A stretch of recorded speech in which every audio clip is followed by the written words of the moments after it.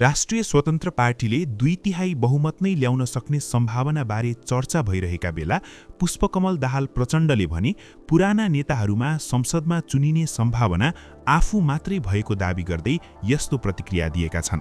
अब धेरै सिट ल्याएका साथीहरूलाई अहंकारबाट बच्न म तपाईहरुको लागि धेरै ठूलो गुरु हुन सक्छु। तपाईहरुको जस्तो लहर मैले 64 मै देखिसकेको। प्रतिनिधि सभा सदस्यको प्रत्यक्षतर्फ भइरहेको मतगणनामा अत्यन्त उत्साहजनक नतिजा आइरहेका छन्। त्यस्तै समानुपातिक तर्फको मतगणनामा पनि राष्ट्रिय स्वतन्त्र पार्टीले उस्तै प्रभावशाली लहर देखाइरहेको अवस्था छ।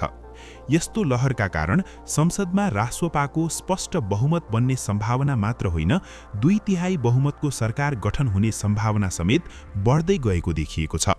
निर्वाचन आयोगले सार्वजनिक गरेको पछिल्लो एकीकृत विवरण अनुसार राष्ट्रिय स्वतन्त्र पार्टीले स्थापित र पुराना राजनीतिक दलहरूलाई निकै पछाडि पार्दै अग्रता कायम राखेको देखिन्छ। समानुपातिक तर्फको मतगणना भर्खरै सुरु भएको छ।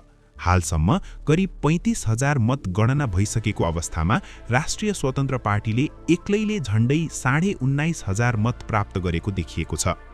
दोस्रो स्थानमा नेपाली कांग्रेस रहेको छ, जसले झण्डै 7,000 मत पाएको छ। त्यस्तै नेकपा एमाले भने राप्रपाले पाएको करिब 2800 मत भन्दा पनि पछाडि परेर करिब 2600 मतमै सीमित भएको देखिन्छ। समानुपातिकको सुरुवाती मतगणनाबाट समेत रासोपाले अग्रता कायम राखिरहेको अवस्था हेर्दा संसदमा बहुमतको सरकार गठन गर्ने सम्भावना निकै बलियो देखिएको छ।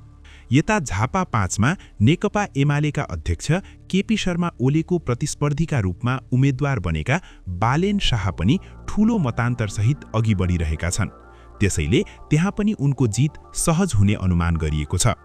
यदि यही लय कायम रह्यो भने बालेन नेतृत्वको सरकार बन्ने सम्भावना बलियो देखिन्छ। यस्तो अवस्था आउँदा विगतका ठूला दलहरू नेपाली कांग्रेस, नेकपा एमाले र माओवादी केन्द्र सबैको संसदीय आकार निकै सानो हुने संकेत देखिएको छ। पुराना नेताहरूमध्ये पुष्पकमल दाहाल प्रचण्डले भने आफ्नो निर्वाचन क्षेत्रबाट जित हासिल गरिसकेका छन्। अहिलेको परिस्थितिलाई हेर्दा उनले भने जस्तै पुराना नेताहरूबाट संसदमा उपस्थित हुने व्यक्ति उनी मात्रै हुन सक्ने सम्भावना देखिएको छ। त्यसैले उनी आफूलाई राष्ट्रिय राजनीतिमा सबैभन्दा अनुभवी नेता भन्दै अब मुलुकको राष्ट्रिय राजनीतिको केन्द्रबिन्दु र संसदको सबैभन्दा अनुभवी नेतृत्व म नै हुँ भन्ने दाबी गरिरहेका छन्। हाल नेपालको प्रतिनिधि सभामा प्रत्यक्षतर्फका 165 सीट मध्ये 159 सीटमा मतगणना जारी रहेको छ। तीमध्ये राष्ट्रिय स्वतन्त्र पार्टी 115 सीटमा अगाडि रहेको देखिन्छ, जुन करिब 72% हो। रोचक कुरा के छ भने रासोपाले ती 165 सीटमध्ये मात्र 64 सीटमा आफ्ना उम्मेद्वार उठाएको थियो।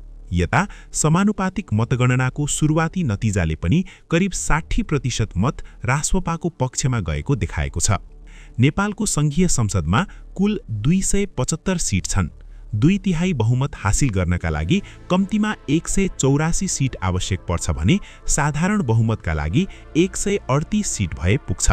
यदि समानुपातिक मतको आधारमा राष्ट्रिय स्वतन्त्र पार्टीले करिब 60% मत कायम राख्न सफल भयो भने 110 समानुपातिक सीट मध्ये करिब 65 सीट उसैले प्राप्त गर्न सक्ने अनुमान गरिएको छ। तर यो अहिलेको सुरुवाती मतगणनाको आधारमा गरिएको अनुमान मात्र हो। अन्तिम नतिजामा यसमा ठूलो परिवर्तन पनि आउन सक्छ। यद्यपि अहिले प्रत्यक्षतर्फ अग्रता कायम गरेको 115 सीटमा समानुपातिकबाट सम्भावित 65 सीट जोड्दा करिब 180 सीट पुग्ने देखिन्छ, जुन 2/3 बहुमतको निकै नजिक हो। विघटित प्रतिनिधि सभामा नेपाली कांग्रेस सबैभन्दा ठूलो दल थियो। दोस्रो स्थानमा नेकपा एमाले थियो भने तेस्रो स्थानमा प्रचण्ड नेतृत्वको माओवादी केन्द्र रहेको थियो।